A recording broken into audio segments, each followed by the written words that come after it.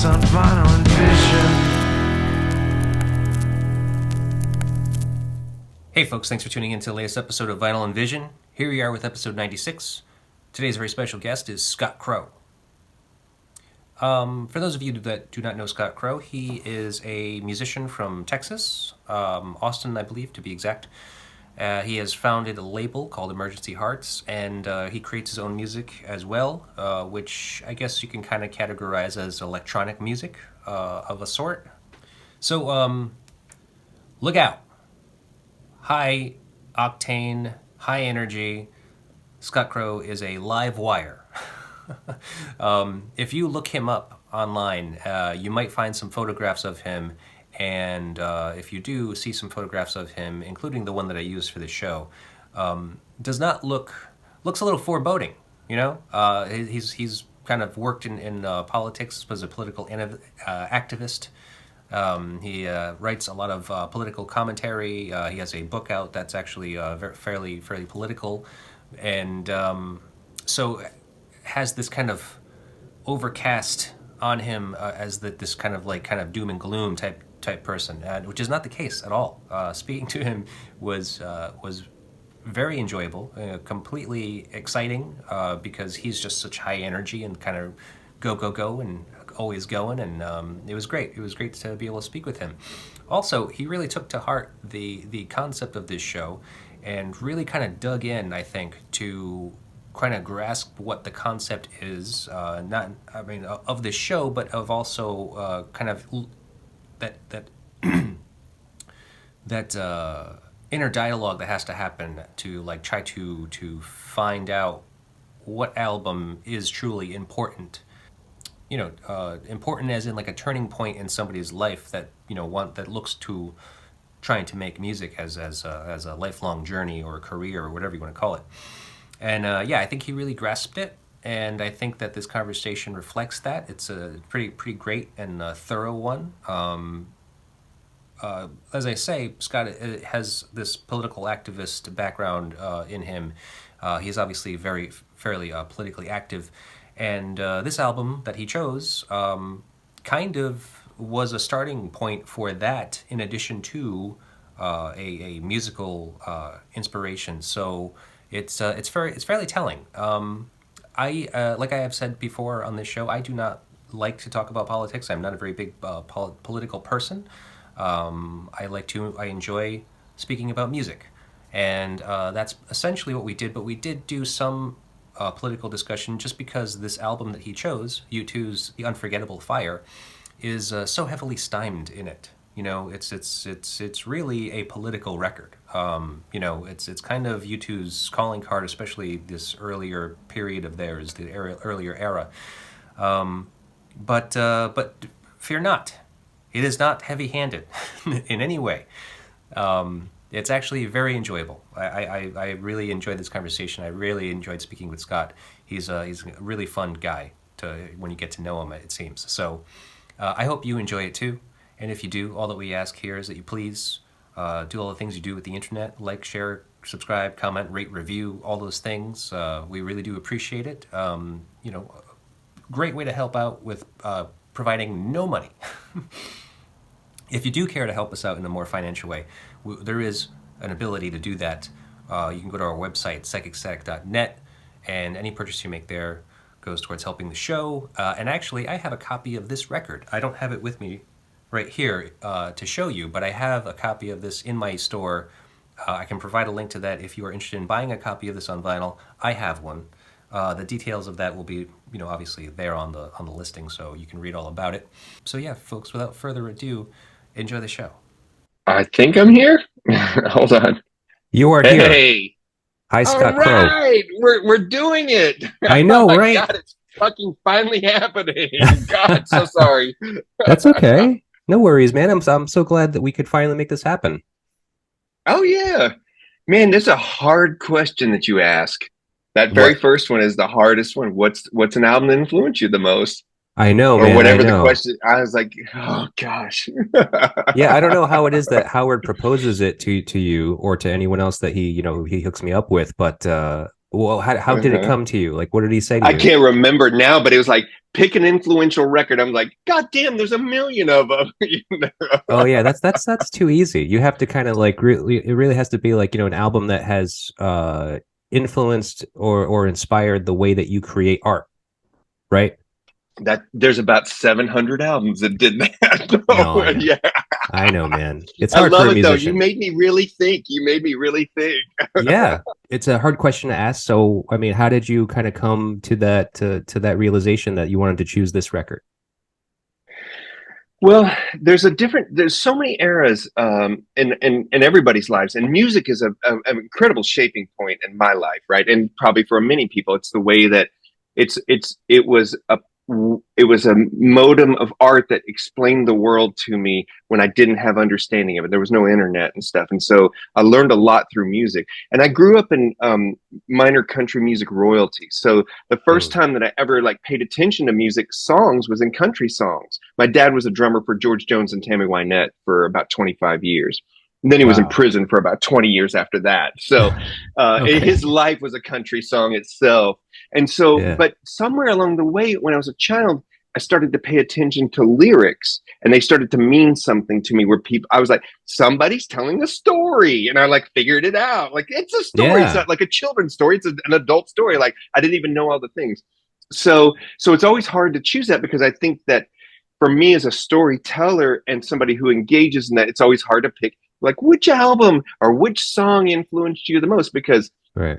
depending on what era of my life, different Mm. things affected me in different ways. And so Mm. that said, I chose an album I never talk about and a band I fucking don't care anything about anymore. But Okay. the record was so influential when it came out to me on so many levels. That's how I chose U2's Unforgettable Fire. Okay, yeah, cool. I'm happy that you said that. I'm glad that you kind of cleared that air a little bit because U2 is not a band I'm into. Me And neither. so I fucking hate them. They sucked for so many decades. They're terrible. right, So, but right. there was a time when they were earnest and kind of good and coming up, and there was things that were very influential to a redneck from Texas. Yeah, okay. And so in your explanation you were saying how at some point you realized that lyrics kind of told a story and kind of like you how you focused on it. Was that because of country music or is that because of U2? Well, no, I think it was. I think it was largely country music was the first thing that brought it into focus. And then by the time Yeah. like I was a little bit older, and I started to discover bands like the Who and Kiss and things like that. Like the storytelling didn't matter so much. They were in hooks of songs and stuff. But the storytelling of the Who meant a lot to me. Pete Townsend talked about a lot of depression and a lot of issues in quadrophenia Mm. and things that I could identify with as a teenager. But it didn't but it still was on and the same with other like classic rock bands like the Stones and stuff. There's like I didn't identify with stories about limos and drugs and women because I was a fucking child, you know what I mean? Yeah, And yeah. so but the alienation and depression and things like that. And then by the time that U2's Unforgettable Fire came around, that record just blew open so many things for me in so many different directions. And so Mm. interpersonally, because being a depressed kid, it's something that resonated before I discovered punk rock, before I discovered club scenes, before I discovered these other greater worlds. Like you have to understand that like I grew up in country music and then I was a rare kid. I was an odd kid in this little redneck town, because Sure. instead of going to the mall and hanging out, I went to concerts. So by the time this record's coming out in 1984, I'd already seen hundreds of bands. Like I'd seen Van Halen 4 times. I'd seen Black Sabbath 3 times. I'd seen like not just metal Wow. bands, but all Tom Petty. I'd seen him 3 or 4 times. I'd seen the Cars. I'd seen Kiss twice. I mean, there's just Oh, so many bands. And again, no clubs. But so I was learning because I knew I wanted to be a rock star when I was getting out of this poverty. I was getting out of this shithole town I was in. And yeah. but but I didn't want to be any of those bands. I didn't want to be a hard drinking rock and roll band. There was some limits to the things they said. Partying and cars just didn't make sense to me. And U2 War had meant a lot to me Mm. when it came out because it was the first overtly political record that I heard, and then and I went to go see them, and the alarm opened up, and I missed the concert due to some circumstances in 1983 or 1982 or whatever that record came out. And then by the time Unforgettable Fire came out, I was ready. Yeah. So, Oh as a wow. depressed kid in Texas. Yeah, yeah. Well, let me put a little bit of a timestamp on that. So how old are you like in 84-ish? Let's see, 14, 15, 16. Let's Okay. see. So I young was born in, adolescent, you know, yeah, definitely you're kind of formative discovering stuff. yourself, I think, you know. And it was in high school, right? Of course, Yeah, right? Of yeah. course, right? Like, but the thing is, there's elements that I can talk about that this album and the things around it that had nothing to do with the record. Actually, it was just the impetus to start doing things. And Yeah. actually, you know, like, I mean, you know, like, if I could just say, like, that record, one, I had already discovered Brian Eno before the record came out. Okay. So him working with them was a weird thing to me. You know, I was like, oh my gosh, that's a weird mashup. They're this kind of like Mm-hmm. political rock and roll band, and you're doing all this ambient stuff. I Yeah, don't yeah. understand. And so they're What mashing. did you And so know anyway, of that's Vino? Like what were you listening to of Vino's? Like where did not you very go? deep. No, not very deep. I mean, I'd like taking Tiger Mountain, but at that point in ambient music for airports, you know, like Okay. those are Yeah, like yeah. the two, you know, like the deepest I was diving at that point, you know. Sure, sure. And I had only found music for airports because of Pink Floyd, and not because they said something, but somebody that listened to Pink Floyd, a friend of mine, was like, "Hey, man, you might like this music for airports." I was like, "What the hell is this?" You know. Wow, So wild. Okay. yeah, so and so by the time that record came out in 1984, I was a very depressed kid, living in a town that I knew that I didn't belong in, and I was trying to figure out what it was. And it wasn't actually the hit song that did it. It was all the ambient stuff that was underneath it. The tracks like Elvis Presley in America, and Wire, and Bad, Hmm. and MLK, and these other, like, these really moody ambient songs. At that point, I mean, again, I'm just a kid in a small fucking farm shit town trying to figure shit out, and Right. these songs made sense to me on some grander scale. And I was a budding musician trying to figure out who I was and trying to find my voice. I was playing drums in a lot of metal bands and stuff at the time, but I was starting to get sick of it, and I was starting to move towards new wave and trying to figure out some other things. And I saw this video around the making of Unforgettable Fire, and Hmm. that video had an incredible amount of effect on me, because it's not because uh, Paul Hewson, aka Bono, was the first person to ever do improv. He was the first person I ever heard talk about it in a way that made sense to me. Hmm. And basically, Brian Eno, and Daniel Lanois, who produced the record and engineered the record, was really just trying to tell him not to write the lyrics down and just feel the things, and that they would do multiple takes of these sketches of ideas, and that the lyrical content of that had such a profound effect on me that I still carry it to this day. Yeah. I've written a bazillion words in the last 35 years. I'm a writer, Yeah. but when I approach music still to this day, I often approach songs. I record them just I just do improv on top of them, and I begin to build sketches out of that.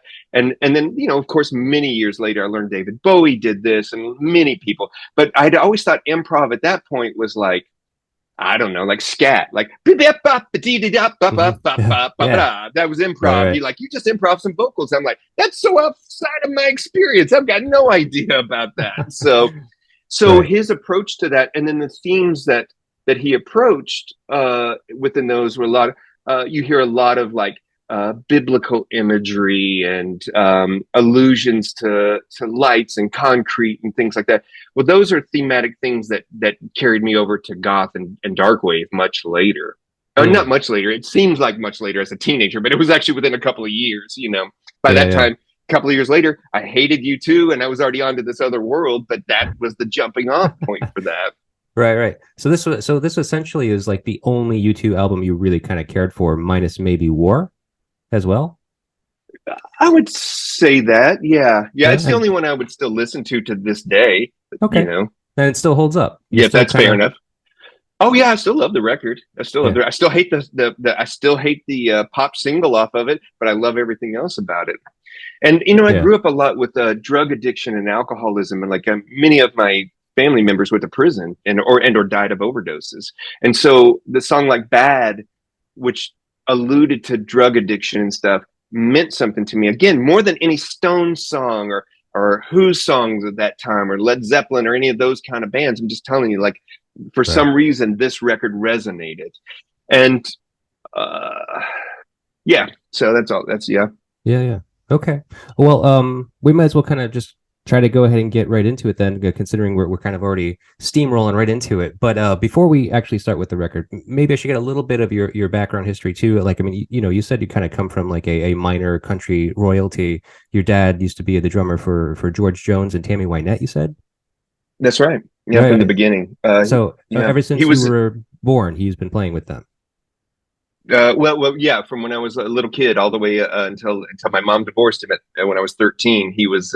Yep, he had been in bands, and then after that, he went to prison. So, Oh man. and I met all these people like like Johnny Cash and Ronnie Millsap and the Statler Brothers and Dolly Parton and Porter Wagner and all that. I mean, that list is so long, and many of those people I thought were my family members when I was a child because I didn't Right. know because we saw them all the time. Right. Right. Johnny Rodriguez, Freddie Fender. It was interesting. Like it was like and my dad again, like it was like interesting to stand on stage and watch all the watch tens of thousands of people watch these shows and stuff like from that point of view and stuff. Right. And then so that's where that's kind of the beginning of it. Yep.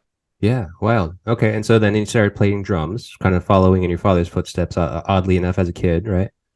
Yes, and then because he was such an asshole about it, I decided to.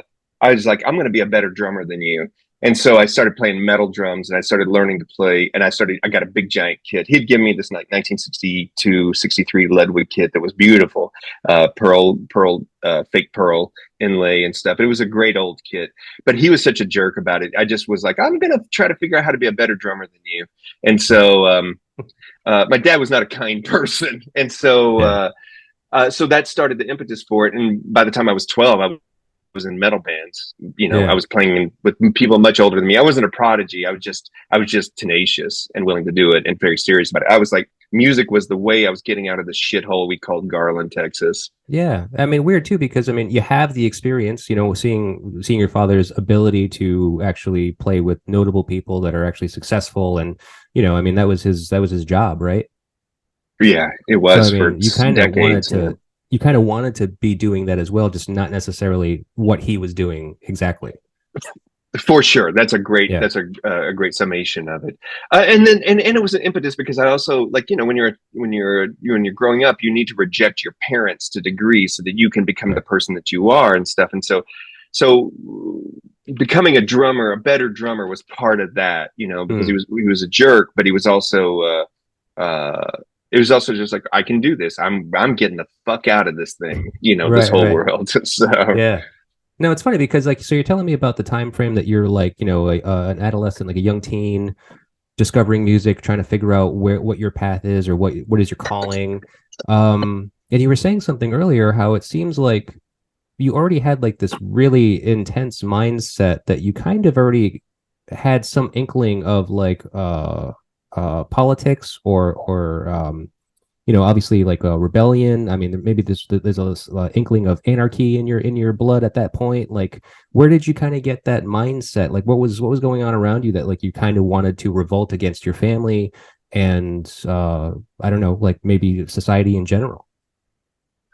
because I think that rebellious spirit just comes from any of us who have grown up in less than ideal situations, whether it's the gender fluidity or sexual orientation, like Hmm. on some extreme ends of things, or just your political beliefs. And this is way before the internet, right? This is Right. when Yeah. you don't know anybody's beliefs about stuff. But I just looked around me all the time, and I would see the world that was around me. I was like, it just didn't look like what was on TV. It just was Hmm. so fucking different than everything else and shittier in so many fucking ways. I was like, and I started, a little bit later, not jumping ahead, but like when I was in high school, I started I started working by the time I was in ninth grade. I was driving. I was like trying to get the hell away from all of this. Love my mom. I still love her to this day, but I wanted her to get the hell away from all of it. Like it Hmm. just seemed like poverty, stupidity, backwardsness. You know, again, like people were going to the mall or going to the lake. And I'm not saying I didn't go to the lake and drink as a child either, but I just figured out I wanted to learn about rock and roll, and I was going to use it as a tool. And I don't know I can't tell you. I still, to this day, you know, I'm at 56, I still don't know what was the impetus, but it was just a rejection of everything that I stood for. And my family wasn't like super religious or super conservative, or I didn't have that kind of jumping up. It was just super poor and Yeah. super, that was I just didn't want to be that. And I just didn't know how to do it. Like, and I could see early celebrity, what we would call celebrity now, you know, like that. I could see it. I was like, well, these people figured out how to get out of it. They all talk about being from shit backgrounds. Maybe I could do that. And of course, when I discovered punk, I was like, oh my God, this is what I was looking for. Like people talking about this, you know, but that was, again, it was like just evolutionary. It seems like it took so long as a teenager,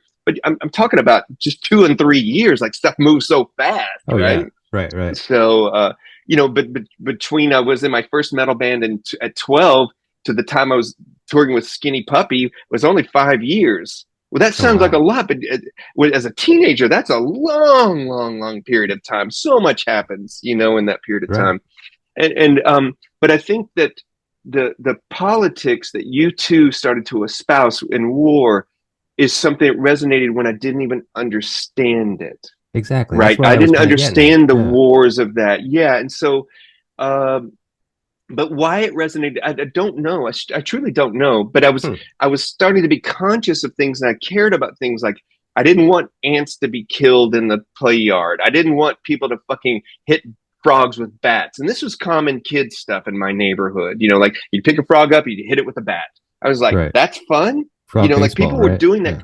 Yeah, exactly. And it's like, and it was like that was just regular. Oh my gosh, I can't believe I'm even fucking talking about this. Oh my god, Beavis and Well, Butthead made it way funnier later, but it yeah. wasn't when I was a kid. It was like it was kind of It was traumatizing. reality. Yeah.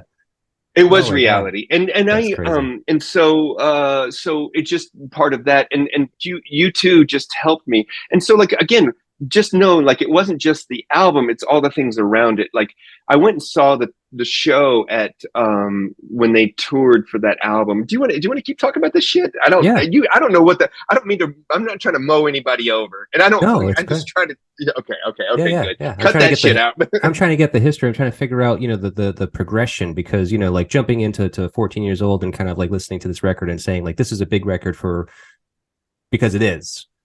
Just trying to understand where and how, why, like I'm trying to just kind of get into Yeah. your brain a little bit. I mean, I hope I don't seem too much like a therapist because I'm not at all. No, I like it. I like it because you're actually making me think about it. And actually, when the question was posed, like, which is an album that's super influential to you? I'm like, oh my gosh, there's so many albums, right? Like, Right, right. there's so many.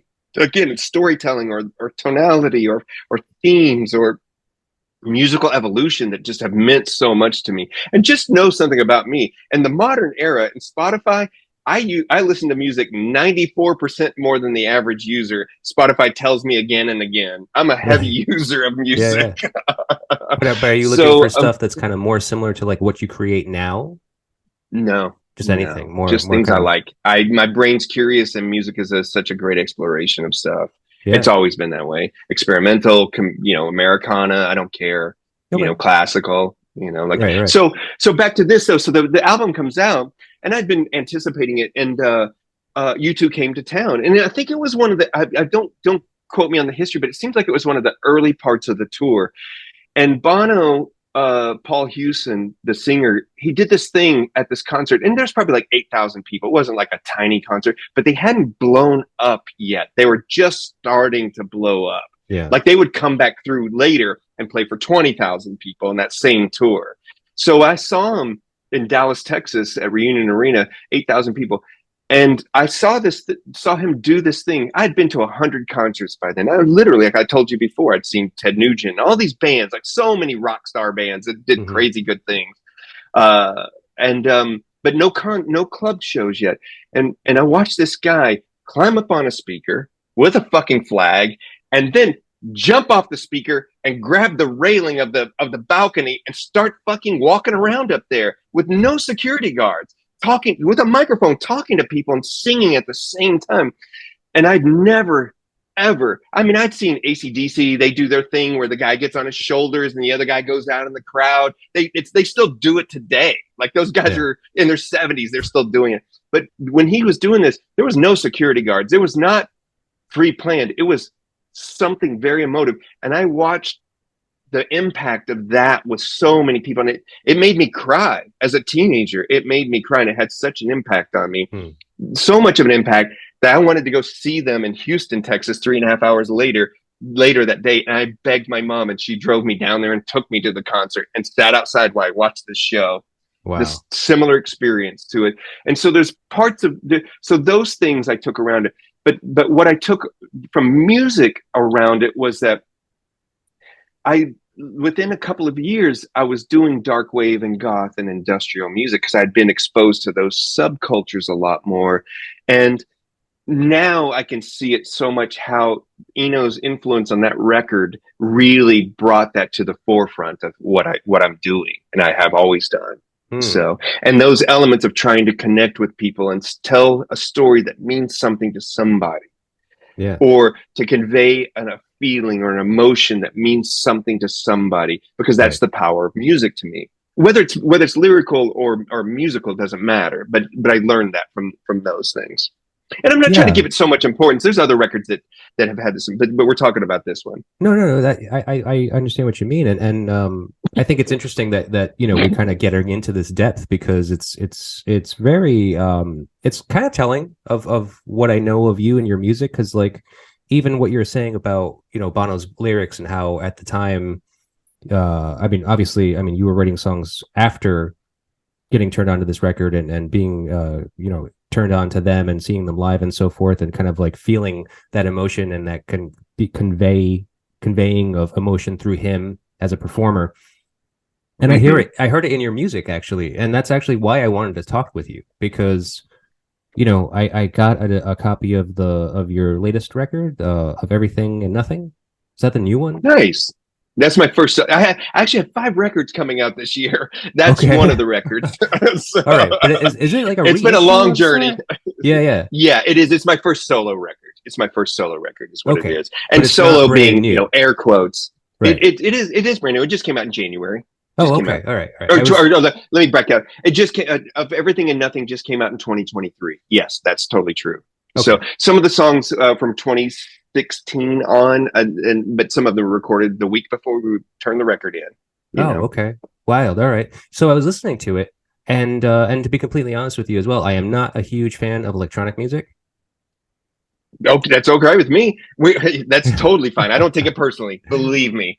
Right. But I get some things, and sometimes I just put them on because I want to give them a chance. I want to see what's going on. And especially my son actually has kind of shown interest in electronic music these days. So now I'm just like, I kind of have to get into some electronic music.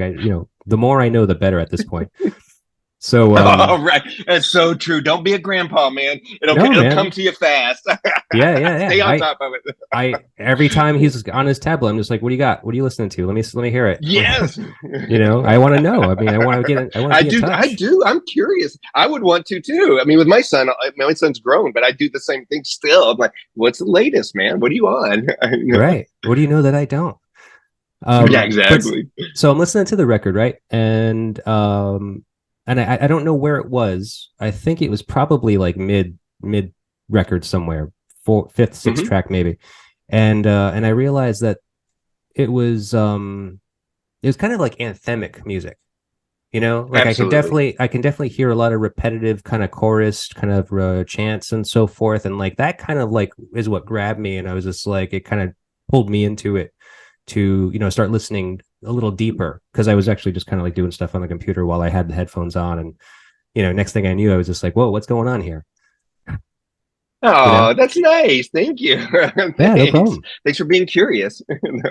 That's what the world needs more people to be curious. Right, for sure. And I think that there's definitely thematic stuff. Like, again, like if you're like name bands that influence you, like just off the top of my head, U2 wouldn't even wouldn't even fucking make the top 20. Right. You know what I mean? Like I wouldn't even think about it. Yeah. Like that's how long ago. But I think that what the assessment that you were talking about, I agree with. Like I do see those anthemic things that still cross over and stuff that I Right. like, you And know. political messaging, like, you know, kind of. Political messaging for sure. That's that. Once I got hooked on that theme, it just never left. I got Yeah. stuck on it for the last 40 years Right. almost. Right. Even more so than even aside from music, right? Because then you started writing books as well. You're right, exactly. You know, I left the music industry in 1992, literally closed the door on it. And I don't know if you know this even, like, and so when I left all the bands I was in and really literally closed the door, raised my family and started an art gallery and doing all these things. I've had so many eras of my life. Mhm.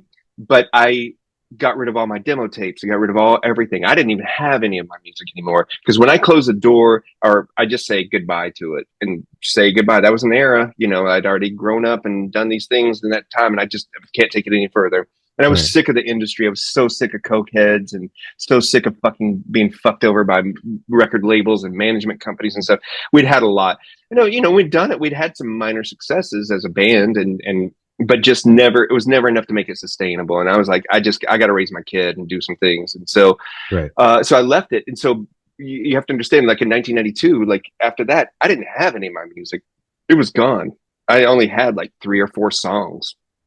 And then Wow. I kind of lost those along the way until about 2012 or so. So I started writing books, and I started Mm. writing these books, and I started doing tours. And my first book, which did really, really good, I toured on it for 5 years. Oh, wow. And I toured all over the world for it, doing presentations at colleges and places. It wasn't just like a book, like here I'm reading from the book. It was like not that. It's like, here's a presentation on political organizing and ideas about anarchy and all these things. And I talked about industrial music and dark wave music, which I had made in my earlier life in the book because it's part memoir. Mhm. And my book is Black Flags and Windmills, but it's mainly just about anarchist organizing after disasters. And so what I started to see was that people were starting to ask me, younger kids started coming up and going, "Hey man, tell us about your music." And stuff. I was like, people care about that shit? And then there has been some music on YouTube and a few little things. There's been a MySpace account a long time ago. Anyway, and so some of those, and so like I was like, oh my gosh, people seem to care about it. And then because of my anarchist writings, a lot of conscious hip hop guys came to me that were doing political hip hop and anarchist hip hop and stuff. And so they reached out to me and were like, "Hey, we like your stuff," and we became friends. Actually, this guy Chris Steele, who goes by Time, who actually works for me at the label and is an artist on the label, and this Mm. guy Soul, Tim Holland, they were like, he had started Anticon Records in the late '90s and stuff. I don't know how much you're into hip hop, and so kind of one of the progenitors of like really conscious white boy hip hop, really in Okay. and esoteric hip hop and stuff. So Soul is like, he was like, "Hey man, I really appreciate what you do and things," and we try to cross over. And he asked me to guest on a song in 2016, and that's the song "Hostage Crisis" with Chris Hanna from Propagandhi also. And then Mm. like at that time I hadn't recorded anything except for audio stuff for books, and I hadn't thought about it at all. I was like, "All right, man, I'm gonna get in the studio. This is gonna be awesome. I'll fly up to Maine where you're at. Let's get all in. Let's do this." He's like, "Are you kidding me?" I was like, "Yeah, man, we're going to do this, right?" And he's like, "No, man, just record it in your phone." I was like, "What? In my phone? Oh, No." how the times they have changed. Oh my gosh. But it started me on this journey. And so I started going to social media and started asking people for my old music. And I ended up with like 40 or 50 songs I'd forgotten about, soundtracks I'd written, I'd forgotten about. I mean, so much has happened since then. I was like, so it was really nice to have it. And so I just started re-releasing it slowly, very, very slowly, and then realized that there was so much other great shit I wanted to release. And so started a record label doing that of other Texas electronic experimental stuff from 1975 to 2000. And Mm. then just started growing from there, Yeah. Wow. And so again, not That's again, great. I wouldn't say Unforgettable Fire was the impetus for all of this, but it was just a big thread along the way in my own personal development. And that, just to Yeah. being clear, I mean, there's so Well, many records we could talk about that are obscure that you right, like, right. all that would give me all the social capital. I just didn't give a fuck about talking about them because there's so many records that are influential, man. Sure, sure. But I mean, but but what we're saying is you're right in saying that this album was kind of like pivotal in your life. I mean, like it's U2 it kept me from sucks. putting I a know that bullet they in my suck, head. but They suck. exactly. They are terrible, terrible. I'm We so agree. glad that we can Just agree know on this. that. I'm never gonna defend them. Right. Post 1985. Right, right. And I agree. I was actually kind of the same. I mean, like I'm younger than you, but I remember as a little kid, I remember seeing U2 like on on MTV. And I remember seeing like the Red Rocks concert, like or at least one of the songs that they made the Yeah, video yeah, for, exactly. Right. and I was just like, Yes. and it was like my intro to like what was kind of punk. I mean, because they kind of came from a punk background, and like I didn't know what punk was, but I was just like, these guys are like exciting and energetic, and they're like, they're like just kind of motivating and inspiring, and they were cool. That as far as a rock band is concerned, they were cool. Right. Yeah, but whatever happened after, for me, because I was younger, I kind of got into the Joshua Tree a little bit, and I Yeah, I did remember. too. That was the last. Was that 87? I said 85. So that's the last record. And then I was like, Right. "See you guys later. Yeah, yeah. Because I Bye." remember Rattle and Hum came after that, and I was just like, yeah, this is kind of weird. This is kind of Yeah, yeah, weak, yeah. And so Kind of yeah, weak. that's where I fell off too. So Good. Hey, goddess bless them. They've had a long-standing career. Whatever. Like I just don't care. right, right, right. Okay. So about this album, I mean, let's see. So I Mhm. got a quote from Bono saying that the Unforgettable Fire was a beautifully out of focus record, blurred like an impressionist painting, very unlike a billboard or an advertising slogan. Absolutely, 100%. That's what has inspired me the most. And I'm Mm, not saying that other poets didn't get to that or other musicians didn't get to that. That's the only thing I want to always say in context of stuff, and not to defend it. But it's like that's the truth. That's the one that resonated exactly with that quote that you did. You said is what has always has affected me always. yeah.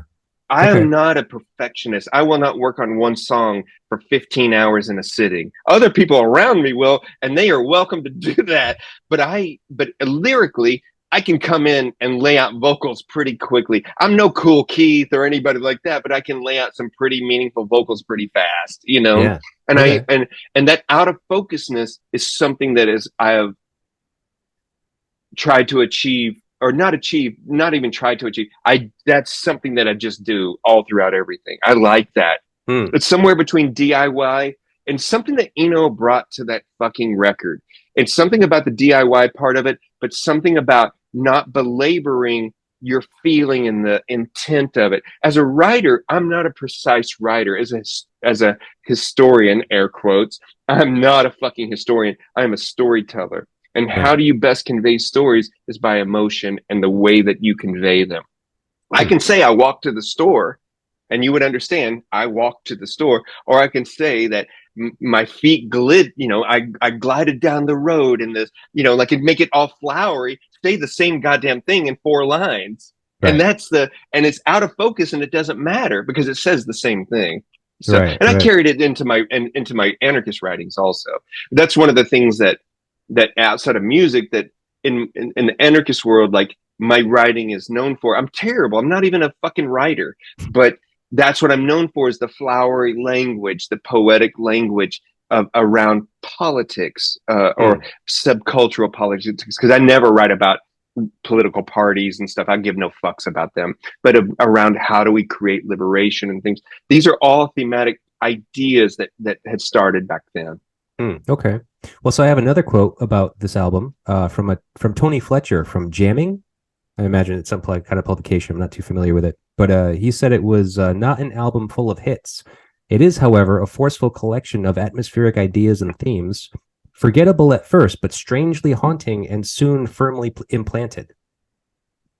I think that's totally fucking true. Yeah. I can see in my head, a connection between that album, and this is, just stay with me, 4 years later, the KLF doing their Chill Out album, which is all super atmospheric, and the rise of the modern ambient, techno ambient kind of movements. Again, this is like subcultural electronic stuff, but the Orb would not have existed had that record not existed. Sure, I would argue. And the KLF, they totally were inspired by that record and those kind of atmospheric themes of not being in focus. Right. And then and I think that Eno obviously had the biggest hand in that. You know, for sure. And Daniel Lanois too, I think he was underrated at that point, but he definitely had a big hand in it too. Sure, I came to respect him a lot later. Yeah, and he definitely has progressed a lot since then. I mean, I believe that from what I read, Daniel Lanois was Eno's friend at the time, and kind of like a apprentice almost. So he was just starting at this time. Like this might have been one of his first projects ever. I wouldn't doubt it. Yeah. And he actually he's a Acadian from Canada, but he lived in New Orleans later, and recorded a lot of records there that actually were kind of influential Americana records, again with these ambient themes to them that he carried over, and then New Orleans would become a bigger part of my life decades later, because due to these things, Nine Inch Nails and him and other things. It's just interesting that the crossover, because Trent moved to we worked with Nine Inch Nails, and he moved to New Orleans sometime in the 90s, and so we were going there to deal with him and stuff, and so it's just interesting. Like, it brought me there, and then Katrina happened, and that brought me there later, but I'd been crossing over to that. I don't know, there's just something about the culture that is there that, again, they didn't record it there or any of that stuff. I'm just saying, like, this out of focus, this these elements that Lanois brought, I think, are just really, we're underrepresented at the moment. Yeah. Oh my God, I can't believe I'm fucking saying this. I cannot fucking believe I'm saying this. It's true. But so it's funny. So I like we have been saying, not huge fans of U2, but so I started listening to this record more analytically than I have. I've listened to it in the past, I know, as a younger person, and just like this quote says, it's just completely forgettable. Like I knew nothing of this record going into it, minus Pride. Yeah, I think which is the most forgettable song. Just get rid of it. Get rid of it. But I think it's the only one I really knew. Like I was listening to the record. I was just like, I don't know this record at all. But I know, like, as a kid, I was listening to it, or I was exposed to it to some degree, but I couldn't remember a goddamn thing. I like that, actually. I truly do. Yeah. And you know what's funny? So I sell records, and I actually got a copy of this. Like, I've been listening to this before I got in touch with you, before we were going to discuss this record. I have had this record that I was preparing to sell. And so I've listened to it like 20 times or something. And then you chose the record. So then now I'm listening to it on my free time. And I'm just like, I still don't know these songs. Like, I've listened to it 20 times. I don't think you need to, though. I think they're just evocative. So, like, I made playlists from that record. I don't have Pride on that record. Like, I just have all the ambient stuff. Like, I have a whole soundtrack of those tracks where he's singing in this ethereal way that stuff comes in and out, like on Elvis Presley in America, and I think The Wire was one of them, and I can't even remember the other one. Oh, Promenade, that's the other one too. Oh, okay. Yeah, so much. Yeah. Okay, so but yeah, so I'm starting to grasp. I think I'm only starting to grasp it now, just to be clear. Hey, you don't have to, man. We can walk away from this. I got no dog in this fight.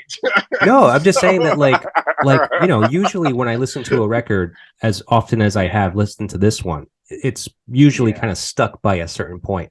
And now I'm just like, I'm only kind of just grasping it still, Right. I think it's very textural. It's got so many good textures. And think about it in the context of what came out in 1984. Right. Generally, terrible fucking shit was coming out. It was not a fucking radio record. It was anti-radio without being abrasive. Right. I was sure they had Pride, but that was their radio song, and the rest of it was like, fuck, man, what are we gonna do with this shit? Yeah, it didn't land. Hell no, it didn't. Not at the time, you know? Yeah. Because what the So second single was the Unforgettable Fire song, and that didn't yeah. land. Oh, good. That's a good one to fucking follow up with in fucking pop radio. Nothing like depression to fucking just bring people in. You know? Right, right. Well, they did all right with it. I mean, like I love a depressing Oh, song, first they frankly. sold millions of copies. I'm not crying for those guys. You know, Right, right. I don't have my mini violin now, but it was groundbreaking. And the thing is, it wasn't angry. And so like a lot of times when records want to be edgy when they're first coming out, and so they try to be the angriest or the most you know what I'm saying? Like this happens so many times with bands. They're Sure. like, we want to be edgy and we want to be the hardest, and they came back and did this super soft record. You're like totally unlike War. I was like, oh my god, what the hell is this thing? But Right, it right. resonated. Yeah, yeah. So And that was a very conscious idea. I mean, they did want to shake things up and kind of explore their possibilities in sounds, and and they achieved and then it. what happened to last 25 years? What happened? I don't know what they're doing. God damn. I They honestly, I went back to couldn't. work with Eno and it was terrible. I was like, don't do that. Don't. Oh, stop. Please stop. Well, I guess Eno's at fault too. Then if that's the case. Yes, exactly. All right. Well, let's get into this record. We're gonna go ahead and start trying to do a little bit of a track by track. We'll skip a few songs, but the first song on the record is "A Sort of Homecoming." So let's see about this song. I got a quote here from Bono. He says, "A lot of rock and roll is banal ideas well executed, whereas I think a lot of what we do is really very interesting ideas badly executed. A Sort of Homecoming involved a lot of very interesting ideas well executed." So my question for you is, on your latest album of Everything and Nothing, would you say that it's more interesting ideas executed badly or well? Oh, badly. Oh my God, for sure, badly. Oh my God, yeah. I definitely a combination of things. I mean, because of those recordings on Everything and Nothing, they literally compromised 2016 to 2022, 2022. So it was Yeah. a broad range, and I work with a lot of different producers and artists who are doing stuff. Some of the songs I only have lyrical content on Everything and Nothing, and some of them I have like a very heavy hand in the production work of the thing. But mainly, but really, what I approach is I really take the unforgettable approach, which is this, like, they're sketches of ideas. In fact, I take this into my writing a lot. I always consider everything a draft. I've always considered a draft, even though published finished books are considered a draft. Public finished essays are a draft, because I can always go back and change it. I'm like, oh, is it finished? Are ideas ever finished? I'm like, maybe they're not ever finished, you know? You're right. And so Right. that really does come back to that record. And so I think that this record is definitely some well executed ideas executed badly. Or good ideas executed badly. Right. Because that's the intent of it. It's also kind of a punk rock DIY thing. I do not like to belabor stuff because I think it loses its impact. I'm not trying to make a song that is going to be so polished that it's going to be a hit. I want to convey a feeling or a sentiment or an emotion in that song or in this series of song. And I think that's as important as anything, no matter what the finished product sounds like. Right. Well, you have a point there, because I know, as a songwriter myself, and just from experience, just from history, just from reading stuff about bands for all these years now, there's a certain level of like magic or mysticism or whatever you want to call it, like when you kind of first create something. So the more times that you rehearse that idea or that song or whatever it is, and the more you build on it, the more it kind of loses some of that magic. Like some of the first takes of like demos are like the most just the most kind of evocative. I agree. And some people like to do that to build their sketch and then like really fine tune it. And I appreciate that. Sure. There's many great artists. But not for me, because I like that very first impact of it. Mm-hmm. And I often, like, again, not to get too much importance to that, but that was one of the first records that was the first record that ever showed me that could be an actual thing that you do, not in a punk rock way, but you could make this evocative, anthemic, powerful music that covered themes that were very serious. Again, I'm like, as a teenager, don't understand all the themes yet, but I'm like trying to understand it, and that is something I carry, and the DIY aesthetic of it often for me. But the flip side to that is that this is why I leave things as drafts, because often I like to do a song, and then after I've lived with it for a while, I'll redo a version of it, or I'll write new words. I don't write, but I'll do new words for it. And so I think that's also as valuable, because it's taken on a different life, not fine tuning it, just taking on a different life. And so like at Emergency Hearts, we do a lot of remixes of stuff. And so like an anthemic song that I did on Everything and Nothing is I'm Still Here. There's actually 2 or 3 versions on there. There's one that's an acoustic guitar version that's totally different than the very anthemic version I did with Televangel and this woman, Kat Hall, singing on it. And again, these are all in my head still sketches in the way that they do things. So, and I think that there's value in that, in both of the, I guess it's a spectrum of stuff in those approaches to doing music. Yeah. You know, I'm not a good craft person. Well, it sounds like you kind of actually covered that spectrum just by mentioning the song that you mentioned just now. What did you call it? What was it called? I'm Still Here. I'm Still Here. So you have 3 versions of that on that record, and I do remember that actually. But just like you're saying, you have the acoustic version, which I imagine is probably the bones or like maybe an earlier demo of it. Then you have another remix of it, and then you have like the final version, which is kind of the more kind of produced anthemic version, right? But they sound completely different. I mean, they actually truly sound completely different. Okay. Like, and I think that they even though the lyrical content is still the same, I think that they reach different kinds of people with the same feelings about it. Sure. If that makes any sense, at least in my head, that's the way that kind of goes. So right. No, I agree with you. I think I can understand that. So let's see. We should move on to the next song, which is unfortunately "Pride in the Name of Love." Fucking skip that one. Well, I have to talk about it. I mean, I know we're you know. Okay, go ahead. It's not like we have to listen to it and you know jam out to it, but yeah. So "Pride in the Name of Love." I mean, I think you might have to say something about this. As far as some of the lyrics go, what more could you give in the name of love?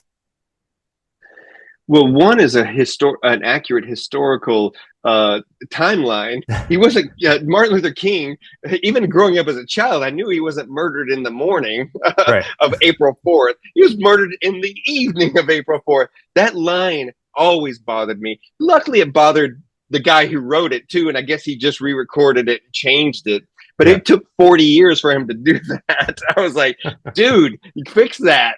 But I will say, in all honesty, the overt and atmospheric political content that he was willing to lay down in that song definitely became a blueprint for me later to like, I can do this. Again, it's not because punk rock kids weren't doing this, but they weren't on the radio. Right. You know, they weren't conveying this to 10,000 people. They weren't conveying this. They were conveying it in clubs that I wasn't in yet, you know? And so Pride gives that opening. The song annoys me on many levels, besides the lyrical content of it. But I think that there's the thematic stuff is definitely something I carried through in my life. Yeah. I'm sure. Now I got nothing else for it. Okay. Well, how about this? So a side note to this song, with this song being about Martin Luther King Jr., what is your thought on peaceful protesting? Do you really want to open that right now in your podcast? Can you give me an abridged version?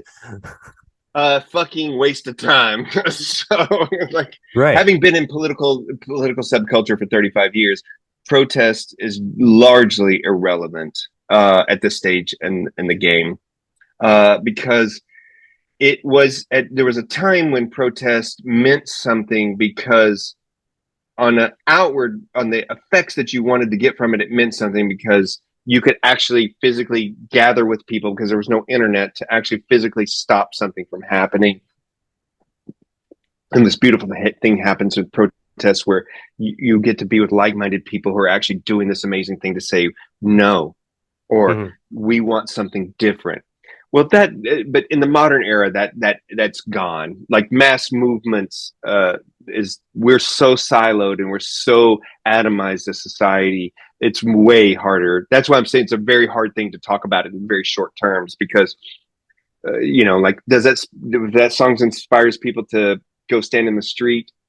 I don't know. I don't think that's the most valuable song use doesn't, of time. but I mean, thinking about Martin Luther King Jr.'s way. Yeah, those days are gone. It's over. It's over. Was it at least useful then? Do you think? Oh my God, yes, absolutely. Not taking anything away from what they were doing then. In the '60s, for damn sure. And then even in the '80s, when they wrote the song in reflection of that, there's mass movements can do amazing things, but look at look at what happened in the civil rights era in the United States versus what happened in the anti-war movement in 2001 after the buildings fell in the U.S. in New York City. 3 million people marched around the world against war. And what did the U.S. do? Fucking bomb and kill people for the next 20 years. And so it shows the weakness and the limits of mass movements in those ways. So, and this is a very subcultural and very esoteric conversation. I just want you to know, I'm giving very broad strokes in all of this, but I don't want to sound super dismissive because this thing that drives people to the streets, I call our emergency heart. It's this beautiful thing that resides inside of us that drives us to resist oppression, exploitation. It drives us to create joy and beauty. It's the thing that says, let's do this without thinking about it. And I think that's a beautiful thing. And that's how a lot of protests come up. People just say, it's wrong, I have to do something. That's a great first step, but it's just not the way to build political power or autonomy or collective liberation. There's a lot of questions in it. So I just want to be honest about that.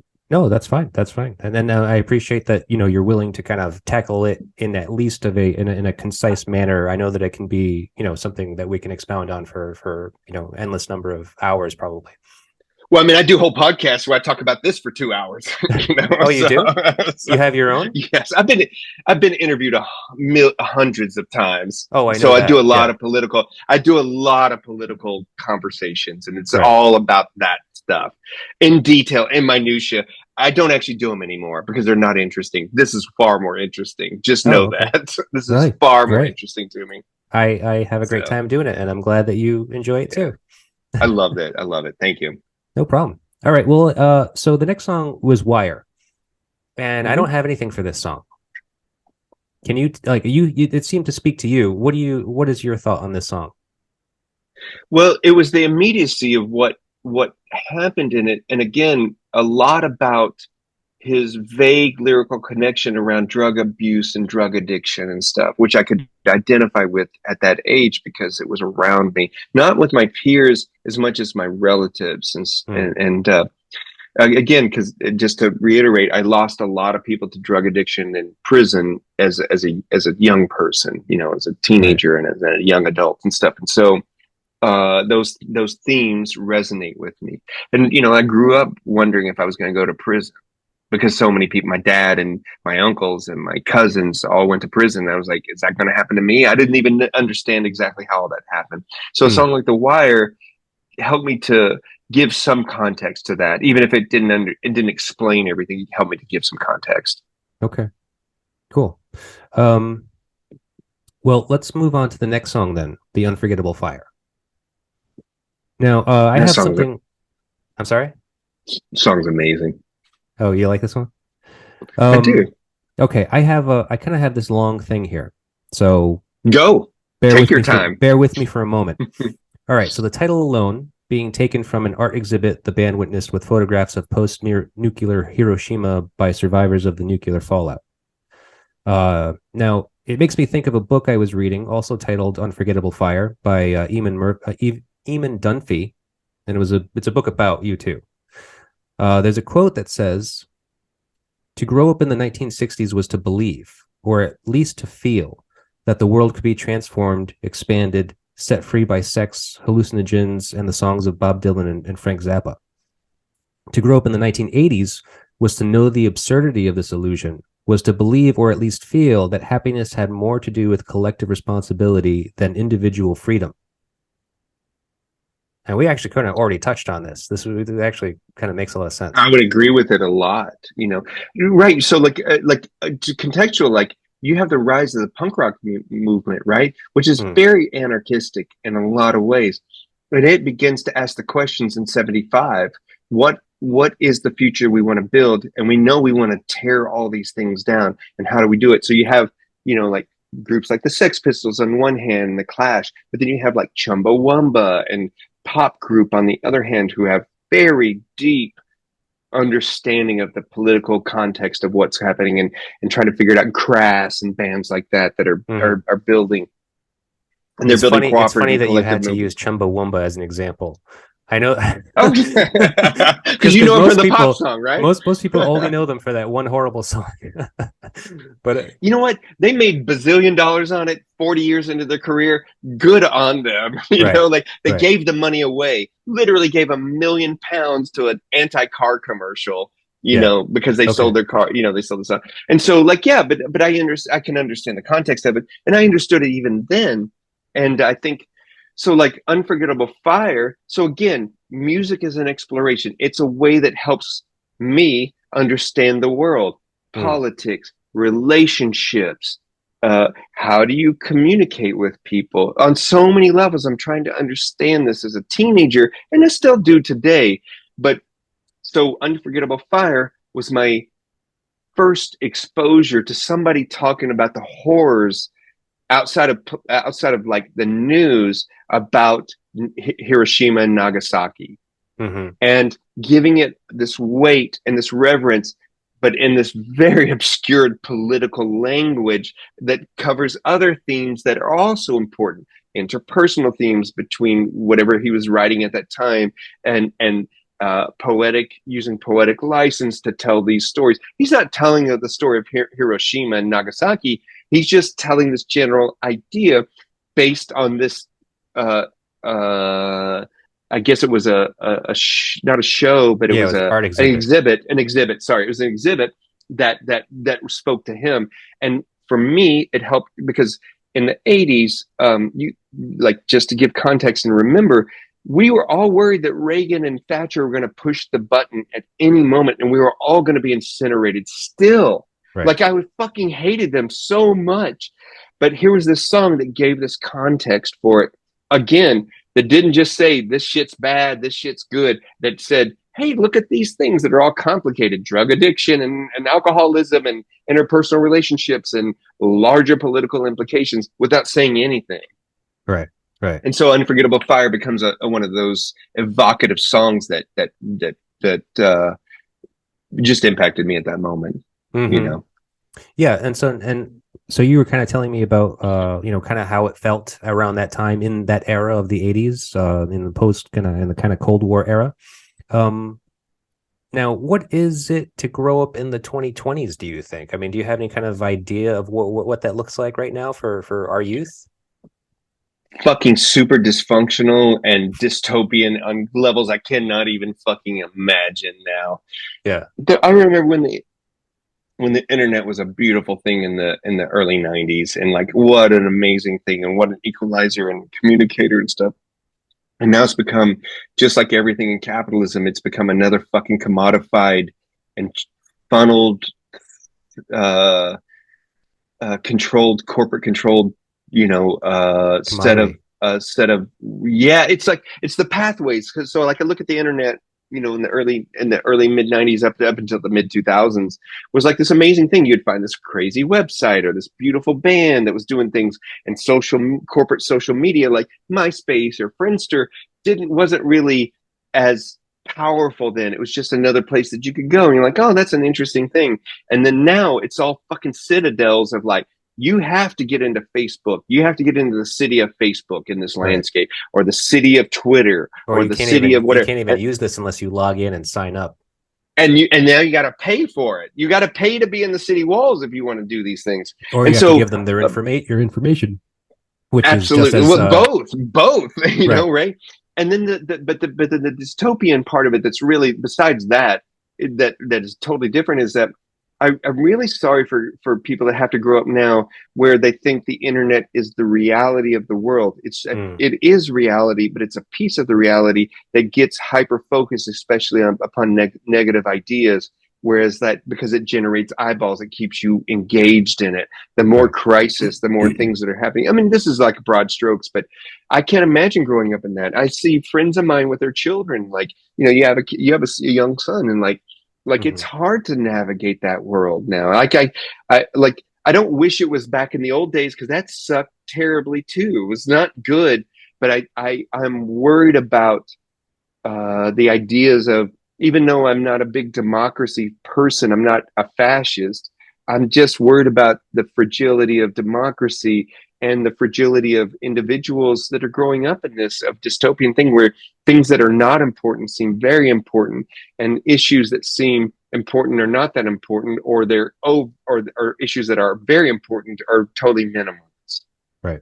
And so I can't even imagine that. And, you know, like when a record, like, you know, like when a record like this came out, there was just there was like a bazillion bands, but the gatekeepers only let a few bands through, right? Like, so that's how we all knew the bands. And there was a, in the US and in Europe and places, there was a social thing that all of us knew the same bands. We all consume the same media, even if there's variants, which is why a lot of us were looking for stuff outside of it. I fucking hated REO Speedwagon and Styx and fucking Journey. I fucking hated them. I saw every one of those bands, hated them so much, even if I didn't understand it. But now it's like there's so much plurality, and it used to be democratic where you're like, this is exploration and curiosity, and now it's dystopian because everybody's trying to sell something behind the scenes, or ideas that should never expand have gotten broad views, right? Like, it was beautiful, like anarchist ideas, like we're all there, and like, this is beautiful. I don't care if you're an anarchist or not. I don't fucking care, actually. That's what's the beauty of anarchy. But then these fascistic ideas were able to get as much weight and all of a sudden have as much power. And I just can't even I just feel sorry for people that are growing up in these days and trying to figure out music. I love, like, the thing that's the negative side, again, on spectrums, because it's not just this or that. You know, music stuff was so channeled, you couldn't find it, and you had to go to the record store. You had to go to find the freaky person who was listening to some crazy thing, and that was awesome. But those experiences are gone now. Playlists, it's just algorithmically driven playlists and I love it because I discover so much music, but it's harder to discover things that have relevance and weight versus just content. Yeah. And I deal with this as a record label all day. So Yeah. Well, I mean, you know, it is kind of democratic in a sense, musically speaking, at least, where you know, you can really vote with your dollar, because now the playing field is kind of leveled. I mean, there are still like the gatekeepers that are you know, pushing the big acts your way and, you know, forcing them through your streaming services and all that. But I mean, Bandcamp is a massive thing where it's just like you're voting with your dollar, because now you actually get the opportunity to buy and support music by who you know and who you care about and who you like. I mean, it's hard to find, but that's just because the market is just swamped with shit anyway. I mean, there's just so much music coming out. It's hard to kind of, like, you know, find the thing that you like the most, but it's there. Agreed. Yeah.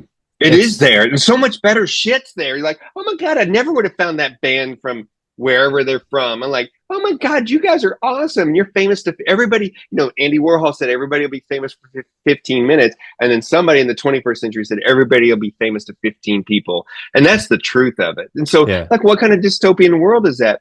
Not that the old paradigm was awesome, because legacy media had so many awful things to it. Sure. But how do you rise above the din of 100,000 songs being released a day on Spotify and 100,000 videos a day on YouTube? How do you rise above that? And that's a different dystopian question than, like, I hate this fucking band Journey. How do I find a band that's not them? You know? Right, right. Hmm. I guess so. I mean, that is true. I mean, it's hard. It's hard Yeah. today, no matter what, especially media wise. Well, actually, And it's hard. the It's hard in collapse of the everything. culture industry. Yeah, it's true. It's Everything's hard. true. It's true.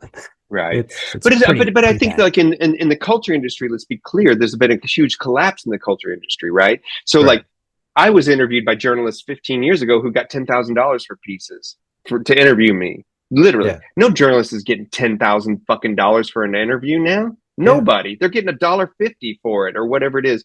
Well, that's across everything. Filmmakers, video makers, artists, musicians. The culture industry has collapsed. Journalists, it has collapsed. Hmm. And so, how do you make money? Not me necessarily, but how do people make money and create stuff knowing this corporate dystopia of the internet is what we have now? It's not going to go away. We're not going to fight against it. Bandcamp's not going to save it, but it's not the problem either. You know what I mean? Sure. Like Sure. Bandcamp's great for the people who know about it, but the majority of our audiences don't even know about Bandcamp unless we promote it. They're just listening to stuff on playlists on the whatever platform they're on. Right. And it's all siloed. It used to be that if an artist got in a magazine like Rolling Stone, we all knew about it. If you paid attention at all, you knew that. Now it doesn't fucking mean Rolling Stone means nothing. Vanity Fair means nothing. NME, nothing. It only means something to the audience that pays attention to those things. There's blogs that you never heard of that are as big as those places as far as audience content because they drive their audience. And so I always think about this. And to me, it seems very dystopian, but that doesn't necessarily mean negative. I just don't know what it means. It's like we're sorting it out in a way that we just never had before. Yeah. No, it's and true. so Exactly. it's in real time. So. Right. Okay, let's move on. Oh my God, we're still talking about a record. I forgot about that. Yeah, we'll go off on tangents. Don't worry about it. We do, obviously. Yes. Yeah, no, it's totally fine, man. Promenade is the next song. Don't have anything for it, so I was going to skip it. So then we go on to the second side of the album, 4th of July. Also, don't have anything for because it's But let me tell you those. Sure, but those two songs again are amazing songs that are super underrated. They're sketches of ideas that feel fully formed, even in their abstractness. Again, for a pop record, I can't believe this band was about this band at that point was trying to break out, and they fucking did this record. These are records have sketches of vocals and sketches of this ambient music and sounds underneath them that just were not happening in the mainstream and barely happening in the alternative scenes. And if they were, it was in such small levels. So Promenade and I'm sorry, what's the fucking song? The other one, 4th of July, are two very good examples of that. And I appreciate that they put them on there, like 4th of July, especially because it's such a sketch. There's no lyrics on it or anything. It just has like a kind of a riff that comes in and then fades back out. But it's very evocative, very evocative. Used by so many bands at the time. No, did you know how they recorded 4th of July? It was actually just what's the bass player's name? Larry? I don't even know. Is it Larry or Adam? I can't remember. Adam Clayton. The other two guys. Bassist. That's what I always called them. Larry's the drummer. You got the record right there, man. You can look. I got nothing. I know. I'd have to open it up. I don't want to do that. But so Adam Clayton, bass player, was just jamming on that riff, and Eno just hit record because he was just like he was just playing it, and the Edge comes in and just starts kind of laying that thing over it. That's it. That's what's on the record. It was just that, and I like it. And then they put some like like some ambient sounds and like some very synth sounds underneath it. I mean, I appreciate that, and the fact that they would willingly risk to do that on a fucking 10-song album. That's it. You got 10 songs or 11 songs. That's all. That's your make or break for your record at that point. Because there's hundreds of thousands of US dollars in that fucking record at that point. Yeah. So anyway, so that's where Promenade and 4th of July come out of, and I find those two of the most powerful songs on there in their sketch, I guess is what it is. So. I mean, it speaks to the power that Eno kind of contributed to the record as far as a producer was concerned. I mean, like he really wanted to kind of capture things in their moments. Right. And I appreciate that. I truly to this day still appreciate that approach to music. Right. No, I do too. And it's It's not easy. It's not easy, but sometimes you do find some really great magical stuff. So Right. move on to the next song, Bad. So here's I think another. we mentioned. Yeah, Oh, you go ahead, mentioned it. please, You please. mentioned a little bit about it. But it's so let's see. Bad is a powerful song about a painful subject. Bono wrote it to address the rampant heroin use that was crippling recession-plagued Dublin during the early '80s. Basing his lyrics on the experiences of people he knew personally. He says, "quote I've always had a real respect for responsible people, but I also have a real respect for irresponsible people. That is the side of me that wants to run." That's a quote from Rolling Stone. So now about the song, you did mention it a little bit, and so there is a huge, this is a song about drugs essentially and heroin use, obviously, and the crippling ability it has on people and communities and so forth. You obviously already have your own experience in this yourself, like growing up. You mentioned. Again, thinking of the way that they approach stuff. One of the things they used in that song, there's a guitar riff that's in it that opens the song, and what he's basically doing is he has it on a digital delay pedal, or that's what he used to do, and so he was Mhm. able to repeat this pattern again, and he was building guitar layers on top of it. And I knew that even back then, and I found it really amazing that he was able to do that, because I went out and got that pedal, that guitar pedal, immediately and started using it for vocals and other crazy like drums and stuff. I was like, oh, this is a great idea, you know? Mhm. Uh, so, but Bad is, I think, one of them. And even today, I would even say this, even as much as I fucking hate that band this day, U2, Mhm. that Bad is a song that is a very underrated anthemic song. It's a very powerful and evocative song on so many levels in its build, in its atmosphericness, and definitely in the lyrical content. And the Yeah. song the song took on a again. I mentioned that, like, you can't separate the music for me from the performances too, Sure. right? So like I saw Bono and U2 do, like, he literally got into the audience in a small way without security guards. They were all freaking out about it.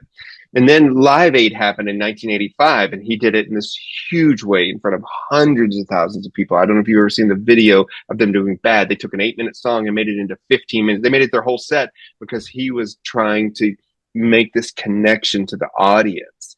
Right. And in my head, I still can't separate those two things, from the Sure. song.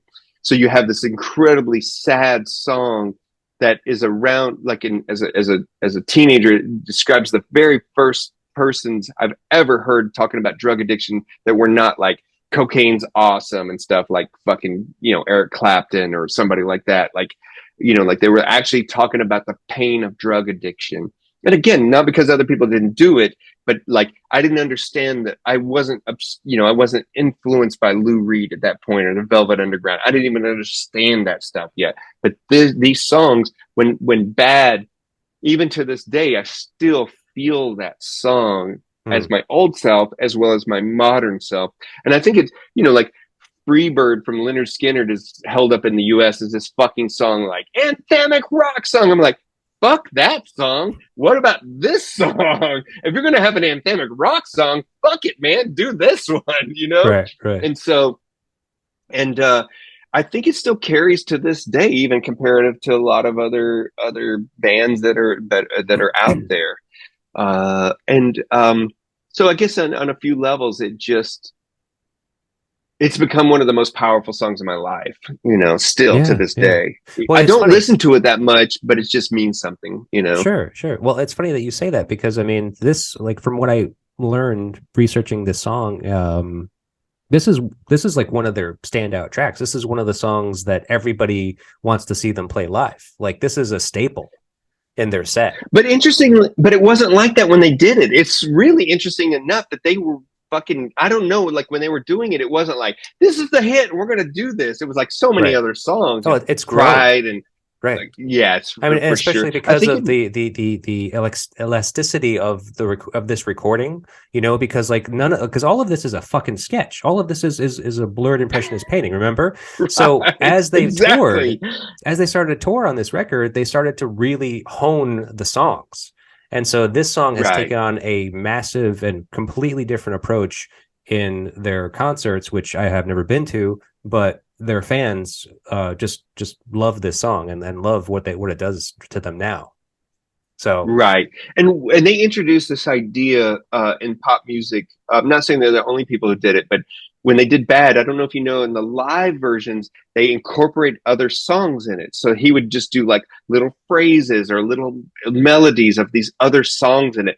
And mhm. that became that seeing that in person, uh, around the time, I forget what the little live thing that they had come out right after Unforgettable Fire, but it's the songs from Oh, Unforgettable Under a Fire. Blood Red That was Sky.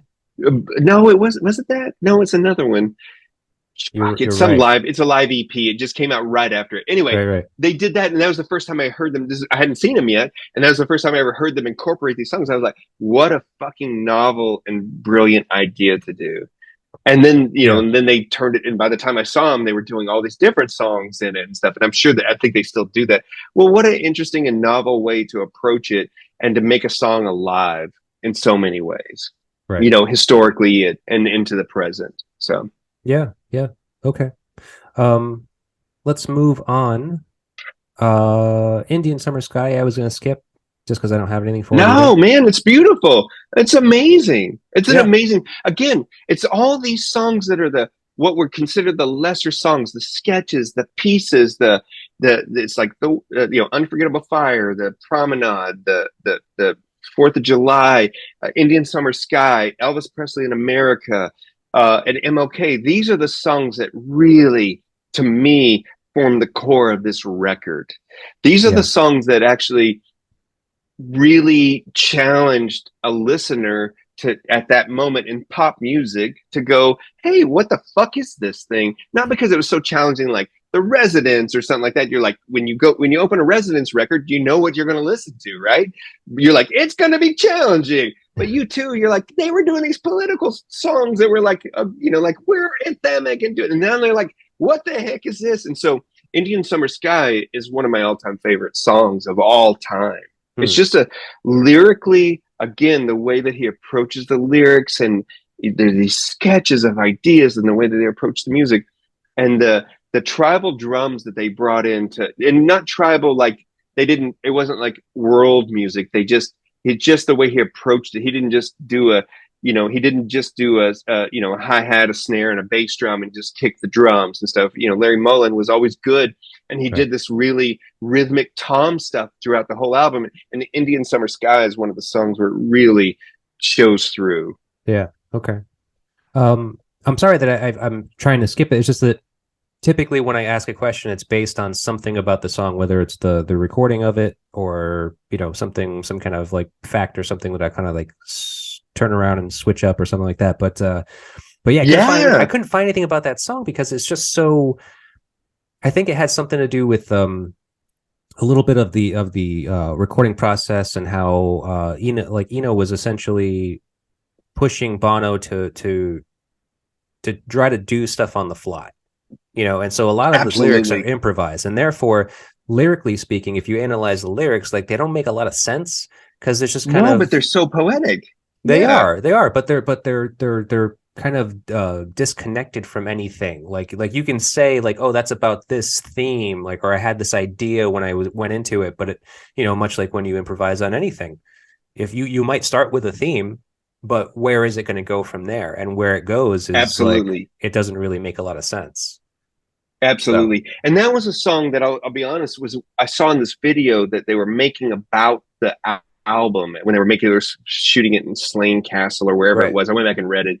And I was like, I remember seeing this video about it. And that was one of the songs where it was just like some take and he was just like singing it in this I was like, that's amazing to see somebody improv in that way that I can understand. Again, not like Right. technically, just like you're willing to do that. You, to me, are a big star or whatever it means at that point, and you were willing to do that. And that's what Indian Summer Sky, I think, represents some of that. Yeah. No, I think you're absolutely right. Um, and so that leads into the next song, Elvis Presley in America. Another equally kind of like difficult song as far as like, what's going on here, as far as the content of it is concerned. Like you get the title Elvis Presley, Elvis Presley in America. Lyrically speaking, has nothing to do with it. I mean, supposedly he had some kind of like inspiration, from Elvis. I guess he's like I was saying before, he started off with this idea where this was mostly an improv, and it was Yeah. about speaking.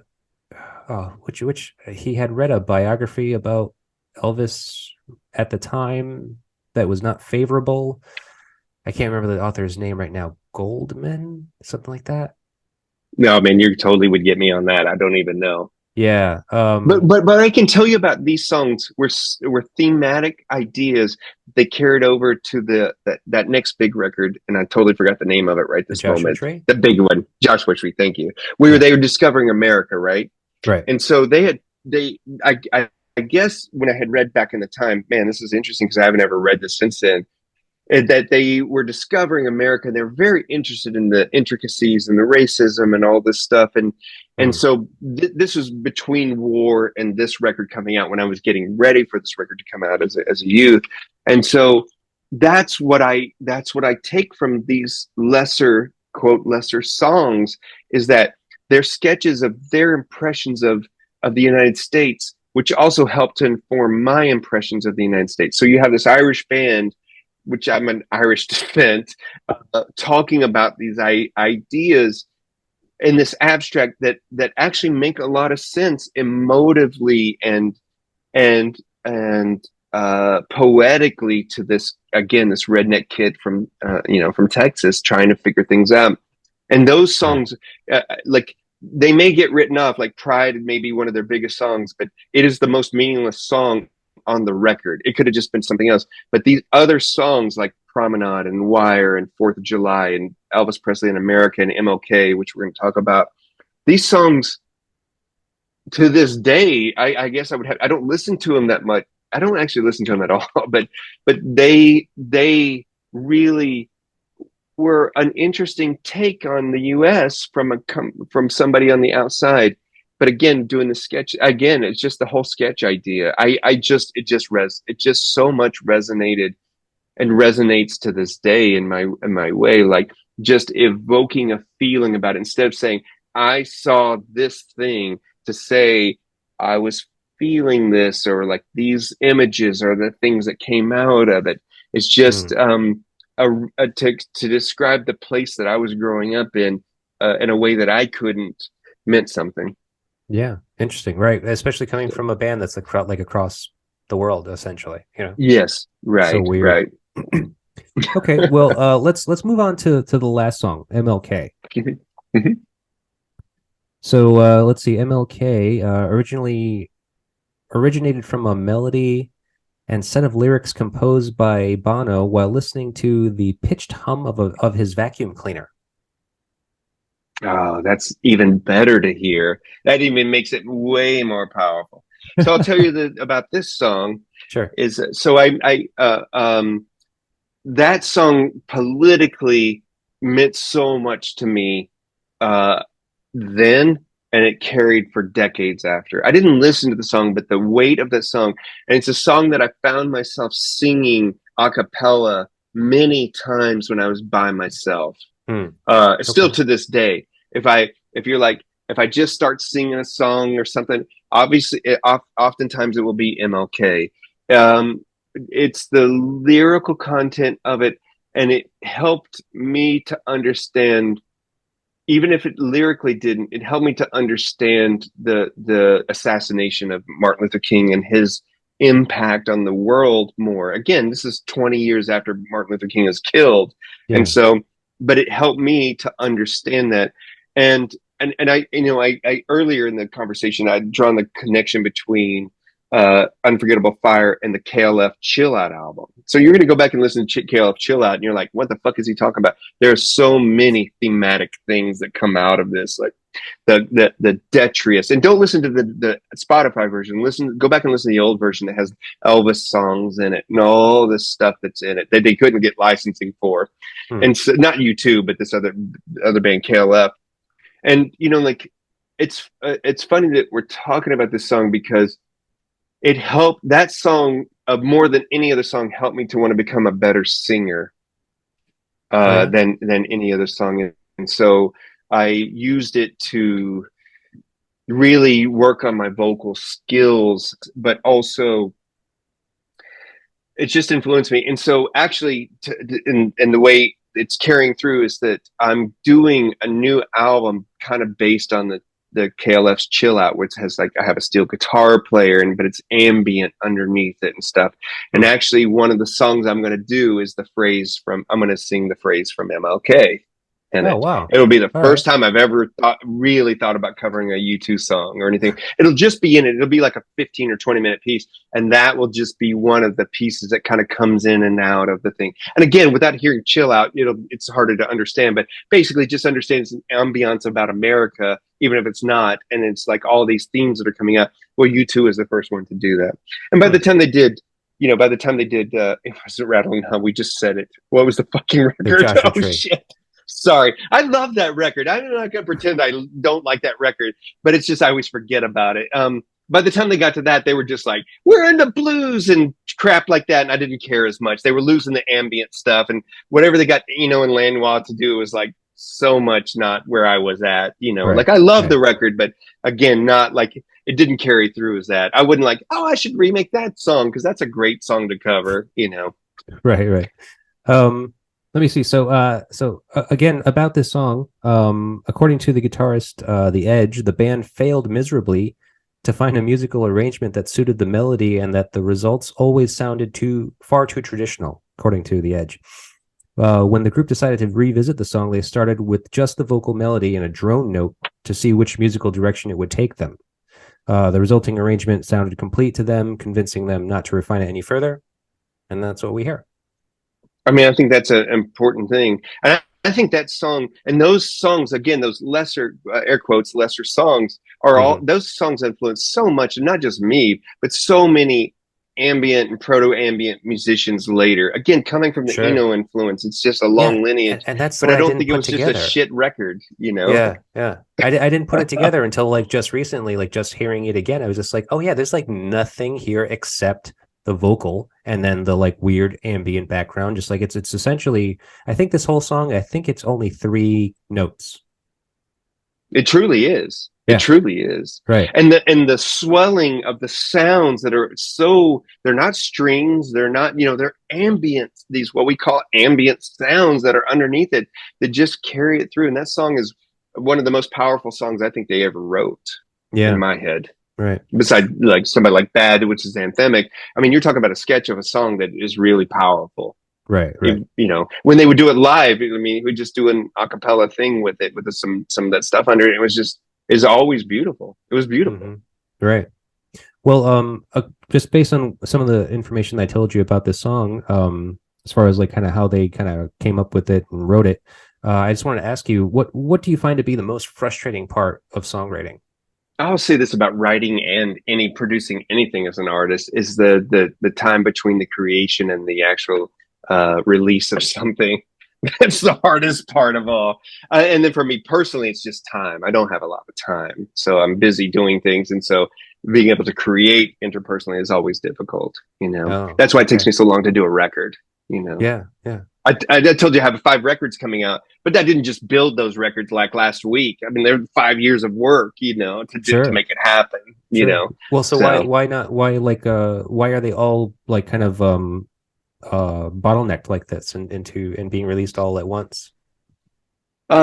Just because I run 2 companies. I run a media company. Emergency Hearts is busy. We have 6 employees, and I run an art business. We have 14 employees, and it's just busy. We're just busy doing stuff. And so I'm like, oh, when can I fit that thing in? I'm like, oh, I'll fit that in right now. So I might not record a song for a year, but then I might record 5 songs in a row, or things like that. It just goes like that as far as my creative process. Some songs I mentioned earlier, I just record the vocals. I'm like, oh, that's a great track. I'll just throw some vocals on it. Again, drawing on that influence, just like I'll throw some sketch vocals on, do anything you want to with it, you can cut it.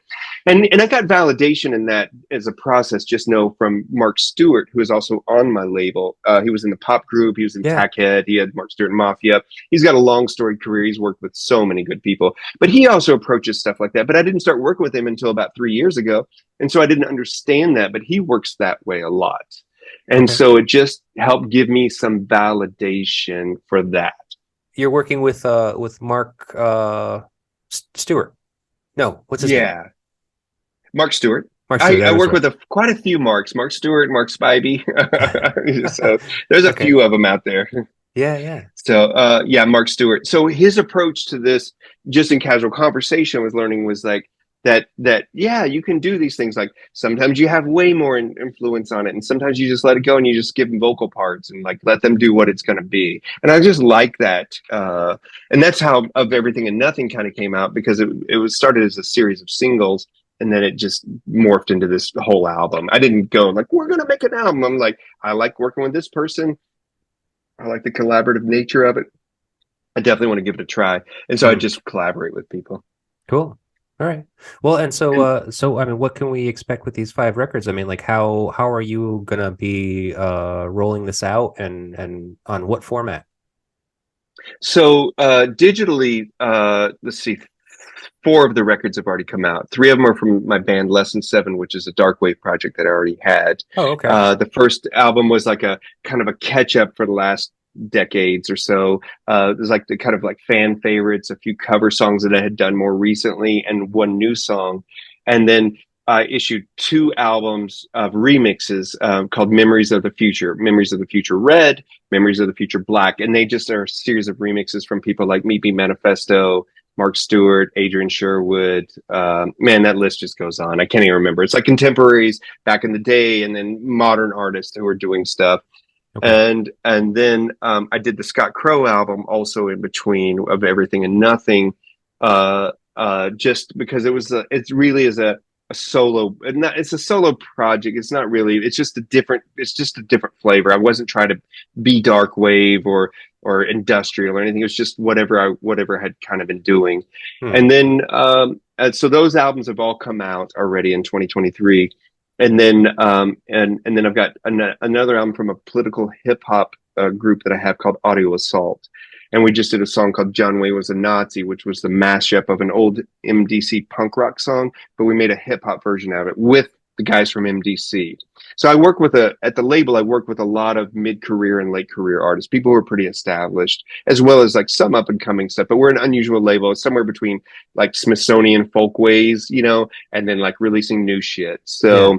Oh, okay. because I like the historical context of stuff, but I also like working with people who are adults who have been working on stuff for a long time, and that aren't like trying to make it. They're just like, we're just trying to do our art because that's what we do. And so I end up working with a lot. So so Audio Assault is a political hip hop group I had in the 80s and early 90s. And then I redid it, and I just have guest people. Like we have Cool Keith, a hip hop artist, on the next track. We had Christos from Anti-Flag on a track, MDC, Soul. And there's just a bunch. It's just like a superstar, again, air quotes, superstar of underground bands.